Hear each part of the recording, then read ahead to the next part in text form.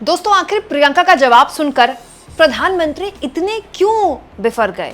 आखिर रैली में प्रियंका को जवाब देने के चक्कर में मोदी फिर वही गलती क्यों कर गए जो लगातार वो कर रहे हैं? दोस्तों, मैं तो लोकसभा चुनाव से ही कह रही हूँ, कोई तो है मोदी जी के टीम के पास, टीम के अंदर, जो या तो मोदी जी के भाषण लिखने में कोई नयापन नहीं ढूंढ पा रहा है या फिर विपक्षियों को जवाब देने में।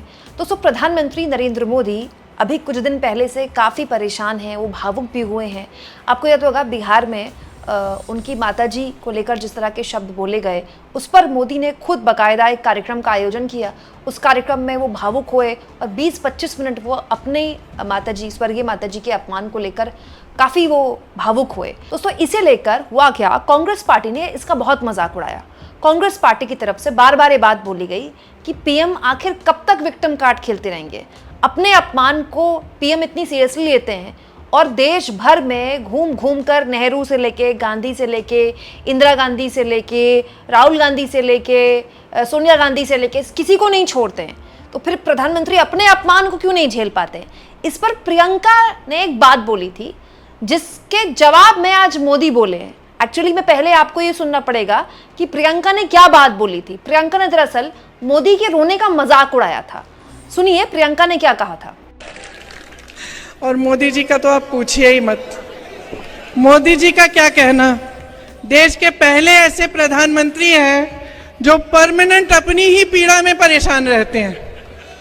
कर्नाटका गए, बड़ी लंबी लिस्ट ले गए कि भाई मुझे इतनी गालियां दी हैं, यहाँ भी कहने लगे मुझे इतनी गालियां दी हैं, रोते ही रहते हैं। लगता है आपने वो सलमान खान की पिक्चर देखी है तेरे नाम,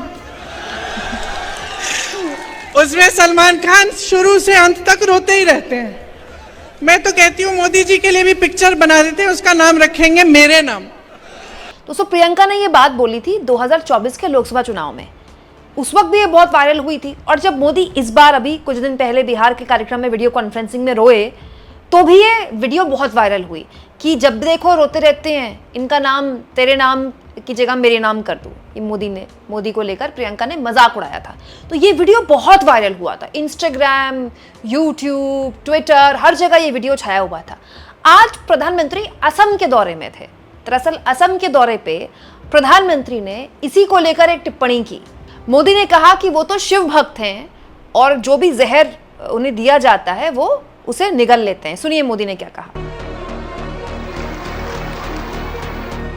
और इनका तो अहंकार इतना है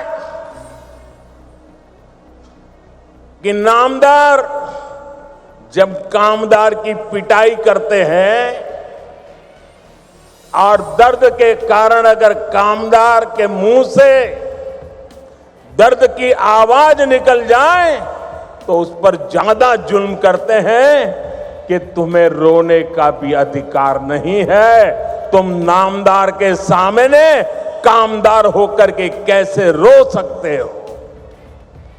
ऐसा अहंकार सार्वजनिक जीवन में शोभा नहीं देता है। दोस्तों, मोदी ये अपने लिए कह रहे थे कि जितनी गालियां उनको दी जाती है वो तो झेल जाते हैं। और वैसे जहां तक बात शिव भक्ति की है तो राहुल गांधी भी अपने आप को शिव भक्त कहते हैं। और दोस्तों, राहुल गांधी को लेकर भी तमाम तरह की बातें बीजेपी द्वारा बोली जाती है। मुझे लगता है ऐसा कोई एक दिन भी नहीं जाता जब राहुल गांधी को लेकर तमाम तरह की बातें नहीं बोली जाती हो। तो इस हिसाब से तो राहुल गांधी भी ये बात बोल सकते हैं। लेकिन पीएम मोदी ने आज एक और बात बोली इकोसिस्टम की, कि देखिए आज मैं अपना दुख आपके सामने प्रकट किया तो आज जो कांग्रेस का पूरा इकोसिस्टम है वो मुझ पर एकदम से एग्रेसिव हो जाएगा, लेकिन मुझे इससे कोई फर्क नहीं पड़ता। सुनिए मोदी ने क्या कहा। मैं जानता हूं इनकी पूरी इकोसिस्टम आज टूट पड़ेगी मुझ पर कि मोदी फिर से रोने लगा। मेरे लिए तो जनता जनार्दन ही मेरा भगवान है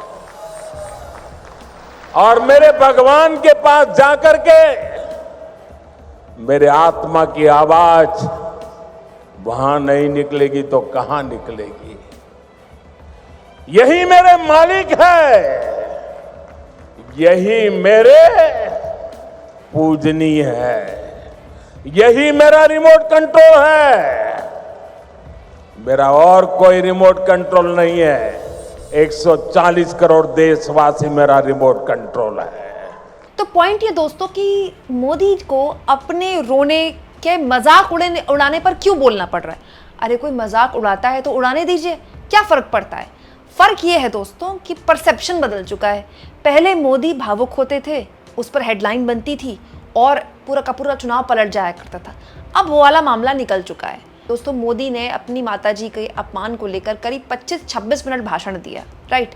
25-26 मिनट भाषण देने के बाद एनडीए ने बंद का आह्वान किया। आप मुझे बता दीजिए, मतलब ये तो बिहार का कोई बच्चा भी बता देगा कि एनडीए का उस बिहार बंद, एक दिन के बिहार बंद का क्या हश्र हुआ है।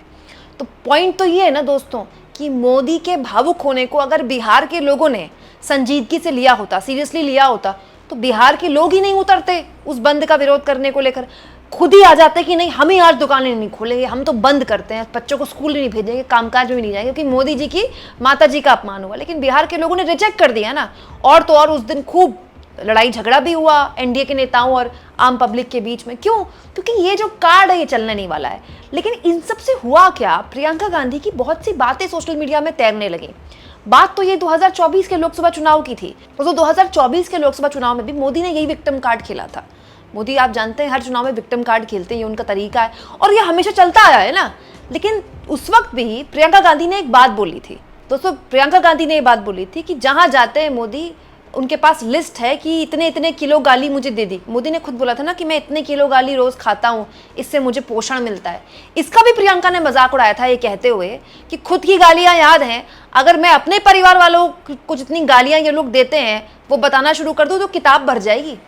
नरसिम्हा राव जी को देखा, मनमोहन सिंह जी को देखा, मेहनत करते हुए दिन रात को इस देश के लिए। लेकिन मैंने पहला ऐसा प्रधानमंत्री देखा है बहनों और भाइयों, पहला देखा है जो आपके सामने आकर रोता है कि मुझे गाली लग रही है, मुझे गाली दे रहे हैं। आपके दुख सुनने के बजाय अपना दुखड़ा आपको सुनाते हैं। और किसी ने उनके ऑफिस में बैठकर एक लिस्ट बनाई है। अरे आपके दुखों की लिस्ट नहीं है वो आपकी समस्याओं की लिस्ट नहीं है। वो ये लिस्ट नहीं है कि किसानों की क्या समस्या है, हमें क्या करना।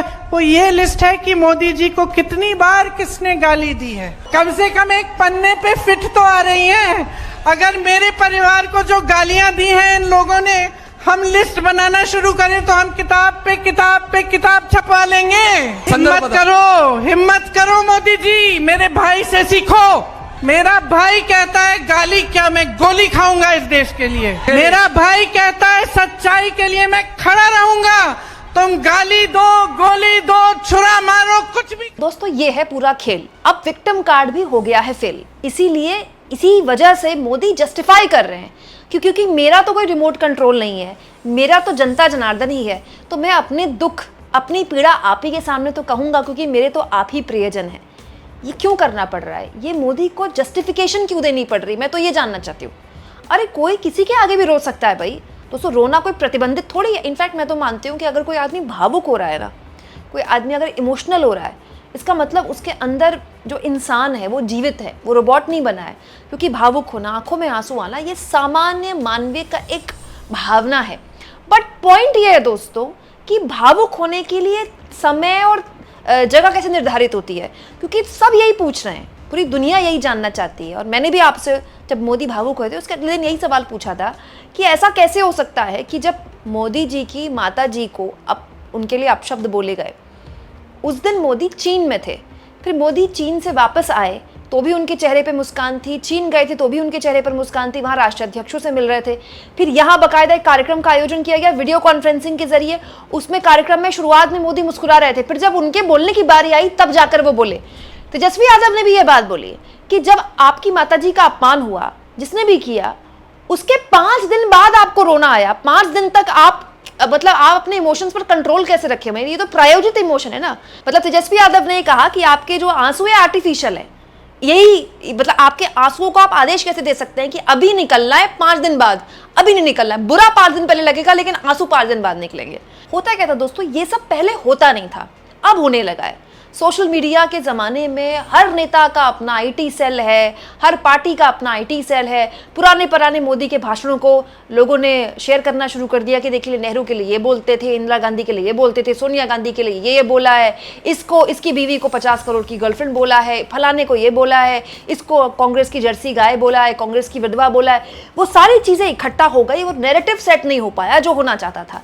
यही वजह है कि आज मोदी को अपने कार्यक्रम में बकायदा ये बताना पड़ रहा है कि वो रो इसीलिए रहे हैं क्योंकि उनके पास इसके अलावा कोई विकल्प नहीं है। दोस्तों, आप इस मुद्दे पर क्या सोचते हैं? कमेंट बॉक्स में जरूर लिखें। ये जो विक्टिम कार्ड मोदी का था, इतने सालों से चला आ रहा था, गुजरात के जमाने से आज तक, उसको जिस तरह से विपक्ष ने काउंटर किया है आखिरकार अब जाके, इसको आप किस तरह से लेते हैं? कमेंट बॉक्स में जरूर लिखें और जितना हो सके चैनल को शेयर करें, सब्सक्राइब करें और थैंक्स और ज्वाइन के ऑप्शन से अगर आप चाहें दोस्तों तो आर्थिक तौर पर भी चैनल के हाथ मजबूत कर सकते हैं।